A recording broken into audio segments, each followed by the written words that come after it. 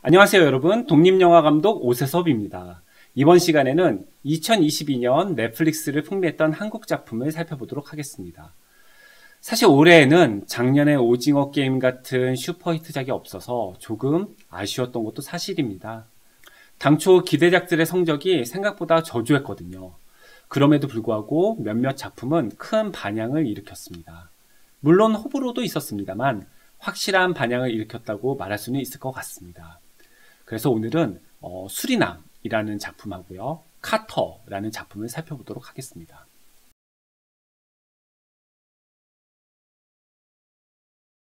먼저 이야기를 나눌 드라마는 수리남입니다. 사실 수리남에 대한 소식은 전부터 많이 있었습니다. 코로나 팬데믹 한가운데에서 촬영을 했기 때문에 촬영 진행이 어떻게 되고 있는지 궁금해들 했고요. 더구나 공작을 만든 윤종빈 감독이 넷플릭스 오리지널 드라마를 만든다고 해서 화제가 되기도 했습니다. 더구나 윤종빈 감독의 영화에는 언제나 하정우 배우가 출연하잖아요. 이번에도 하정우 배우가 주연을 맡으면서 두 사람의 케미가 어떻게 빛을 발할지 큰 관심이 있었습니다. 윤종빈 감독과 하정우 배우는 이제까지 총 5편의 작품을 함께 했습니다. 윤종빈 감독의 데뷔작인 용서받지 못한 자로 시작해서 비스티 보이즈, 범죄와의 전쟁, 나쁜 놈들 전성시대, 군도, 민난의 시대, 그리고 이번에 만든 수리남까지입니다. 게다가 우리나라 최고의 배우 중 한 분인 황정민 씨가 상대 역으로 나옵니다. 여기에 오징어 게임의 박혜수 배우가 출연하고요. 조우진, 유연석, 현봉식, 추자연, 그리고 장첸이라는 대만 배우도 함께 합니다. 굉장히 호화로운 캐스팅이라고 할 수 있겠습니다. 자, 그러면 수리남은 어떤 드라마일까요? 이 작품은 실화를 바탕으로 했습니다. 과거 수리남에서 마약 왕으로 유명했던 조봉행이라는 사람과 이 사람을 검거하는 데 도움을 준 민간인 K씨의 이야기입니다. 그때 그 조봉행 검거 작전을 이 드라마로 만든 겁니다. 하지만 드라마다 보니까 약간의 각색을 했습니다. 그래서 드라마에는 조봉행을 대신해서 전요한이라는 인물이 나오고요. 민간인 K를 대신해서 강인구라는 인물이 등장합니다. 이 강인구를 하정우 배우가 맡았고요. 황정민 배우는 전요한이라는 그 목사 캐릭터거든요. 그 목사님 캐릭터를 연기합니다. 줄거리는 이렇습니다. 약간 스포가 있는데요. 동두천에서 쓰리잡을 뛰면서 가족을 건사하던 강인구에게 친구인 박응수가 이렇게 얘기합니다. 수리남에는 홍어를 막 버린다. 굉장히 값싸다. 그러니까 수리남에서 홍어를 수입하다가 한국에 팔면 큰 돈을 벌 수 있다. 이렇게 설득을 합니다. 그래서 결국 두 사람은 수리남으로 갑니다. 그런데 자신도 모르는 사이에 전요한, 이분이 사실은 그 마약 밀매 조직의 우두머리거든요. 그래서 전요한 목사가 이끄는 마약 조직에 이용당하고 맙니다. 결국 강인구는 사업 자금을 모두 날리고 교도소에 갇힙니다. 그리고 친구인 박응수는 살해당하고 맙니다. 이런 강인구에게 누가 접근을 합니다. 알고 봤더니 국정원 요원이었어요. 그 국정원 요원이 접근해서 함께 전요한을 잡자고 말합니다. 그래서 강인구는 사업 자금을 돌려받는 조건으로 국정원과 함께 전요한을 잡기 위해 작전을 수행합니다. 마약왕이 목사 행사를 한다든지 하는 장면은 허구지만 실제로 민간인 K씨는 조봉행 집에 머물면서 국정원과 막 몰래 연락도 취하고요. 중간에 조봉행 부하에게 신분이 노출돼서 막 죽을 뻔도 했다고 합니다. 하지만 이 배짱 두둑한 모습을 보여서 결국 목숨을 건지고 조봉행까지 잡게 되는 거죠. 어쩌면 영화보다 더 영화 같은 현실을 살았던 것 같습니다. 이 드라마는 총 6회로 되어 있고요. 제작비는 350억 원입니다. 회당 60억이 좀 못 되는 58억 원 정도가 들어갔고요. 후반부에는 아주 화끈한 총격신이 있는데요. 그런 장면에 제작비가 좀 많이 든 것 같습니다. 그리고 이 영화는 수리남에서는 못 찍었고요. 네. 도미니카 공화국에서 촬영을 했습니다. 해외 촬영을 했기 때문에 그런 부분에도 아마 제작비가 많이 들어갔을 것 같아요. 작년에 넷플릭스 오리지널 드라마가 화제작이 많았잖아요. 오징어 게임은 말할 것도 없고 DP라든가 지옥 같은 영화도 있었고요. 그런데 올해는 기대했던 작품들이 뚜껑을 열어보니까 막상 별로였던 경우가 많았습니다. 그나마 수리남이 방영되면서 어느 정도 한국 드라마의 인기를 견인했다고 할 수 있습니다. 넷플릭스 사이트에 들어가 보면 비영어권 TV 부분에서 첫 주에 5위로 데뷔를 한 걸 알 수 있어요. 그리고 2주 차에 1위를 찍습니다. 그리고 3주 차에 2위, 4주 차에는 6위, 그리고 5주 차에 9위를 찍었습니다. 이렇게 5주 동안 탑 10 안에 들면서 나름 인기몰이를 했다고 할 수 있겠습니다.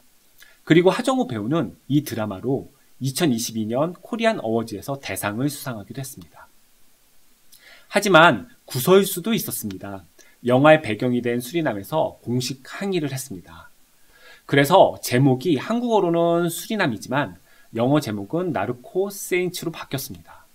그리고 지난 10월 22일 국내 정부 인사가 수리남을 방문했는데 그때 수리남 대통령이 이 수리남 드라마를 언급하면서 유감을 좀 표시하기도 했고요. 근데 이제 그 자리에서 수리남 대통령이 넷플릭스 드라마를 새로 다시 찍자고 좀 다르게 찍고 싶다고 얘기를 했다고 하니까 진짜 화가 나신 것 같지는 않고요. 그냥 그때 분위기도 좀 화기애애했다고 합니다. 어쨌거나 저는 이 수리남을 재밌게 봤습니다. 사실 우리나라에서는 마약이 흔한 소재는 아니잖아요. 더구나 이렇게 본격적인 마약 액션 영화는 없었던 것 같습니다. 그래서 우리나라 배우들이 출연해서 외국에서 이렇게 이런 멋있는 액션들을 펼쳐 보이는 좀 스케일 큰 드라마를 만들어서 저는 되게 좋았다고 생각이 듭니다.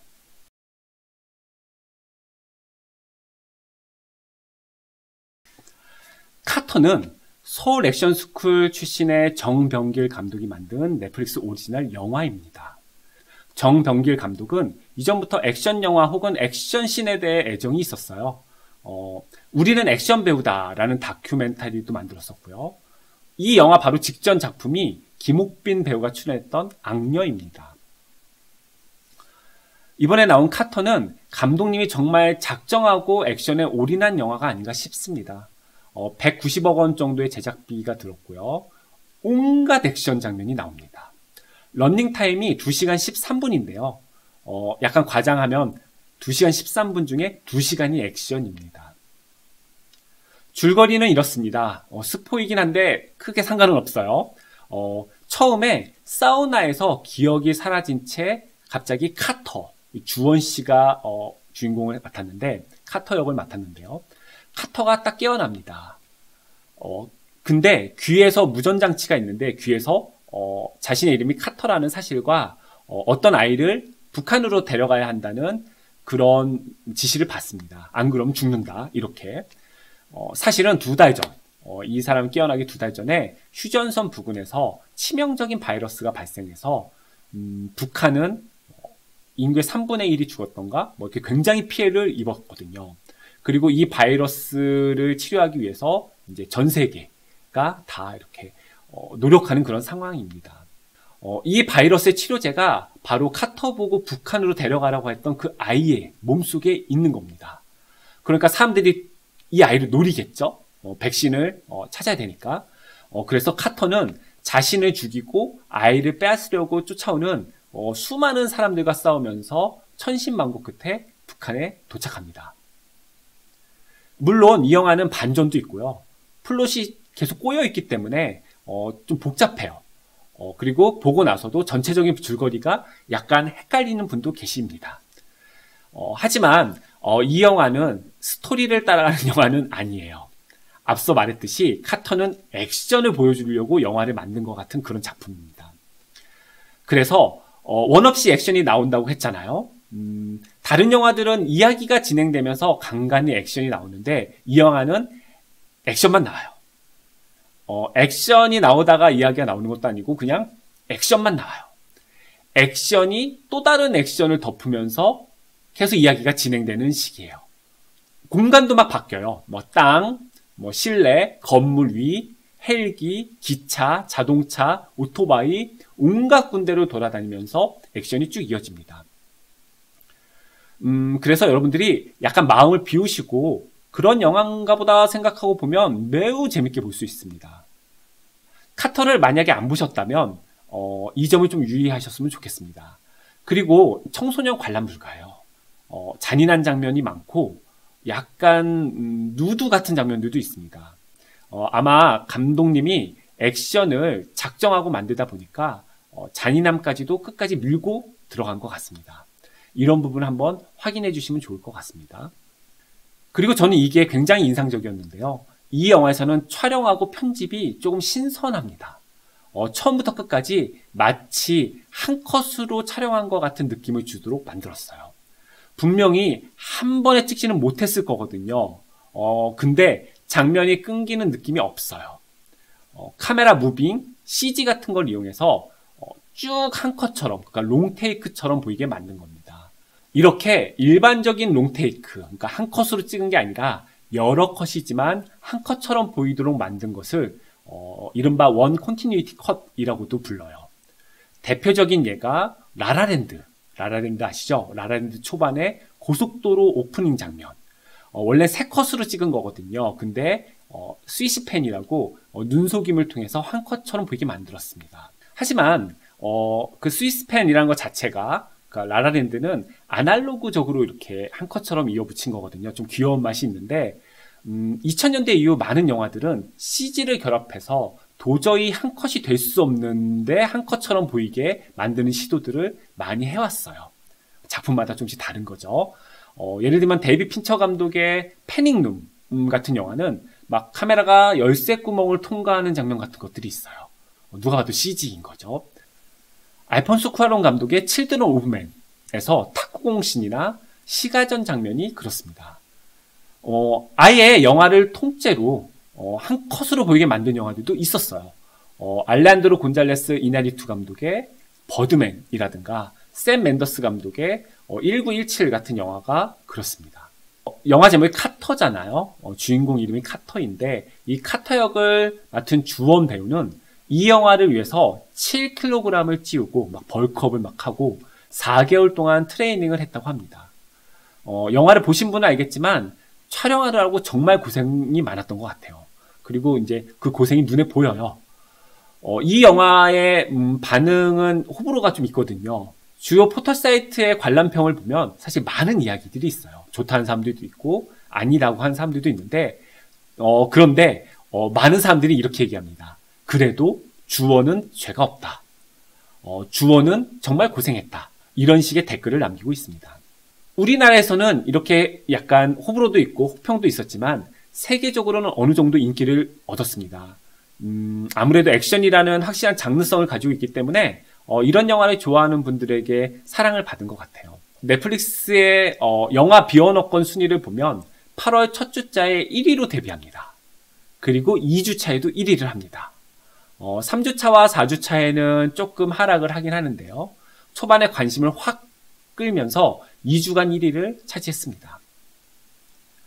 이렇게 카터는 타겟이 확실한 영화입니다. 무한대 액션, 그리고 이를 표현하기 위한 현란한 카메라 워킹. 이걸로 2시간이 넘는 영화를 만들어냈습니다. 하지만 저는 런닝타임이 조금은 길다고도 생각은 해요. 한 90분짜리면 어땠을까라는 생각이 들긴 하는데 아마 감독님 입장에서는 본인이 설계한 액션을 정말 빵빵하게 모조리 넣어보고 싶다는 생각, 그런 욕망이 있었을 것 같아요. 이해가 됩니다. 저도 그런 경우가 있거든요. 그리고 결과론이지만 이 영화가 극장보다는 넷플릭스에 개봉한 것도 저는 잘했다고 생각합니다. 극장에서 보기에는 약간 부담스러울 수도 있는데 OTT를 통해서는 한번 볼 수 있다고 생각이 됩니다. 이렇게 만드는 사람 입장에서는 내가 극장을 선택할 것이냐 OTT를 선택할 것이냐 하는 이런 플랫폼의 어떤 선택도 중요한 시대가 되었습니다.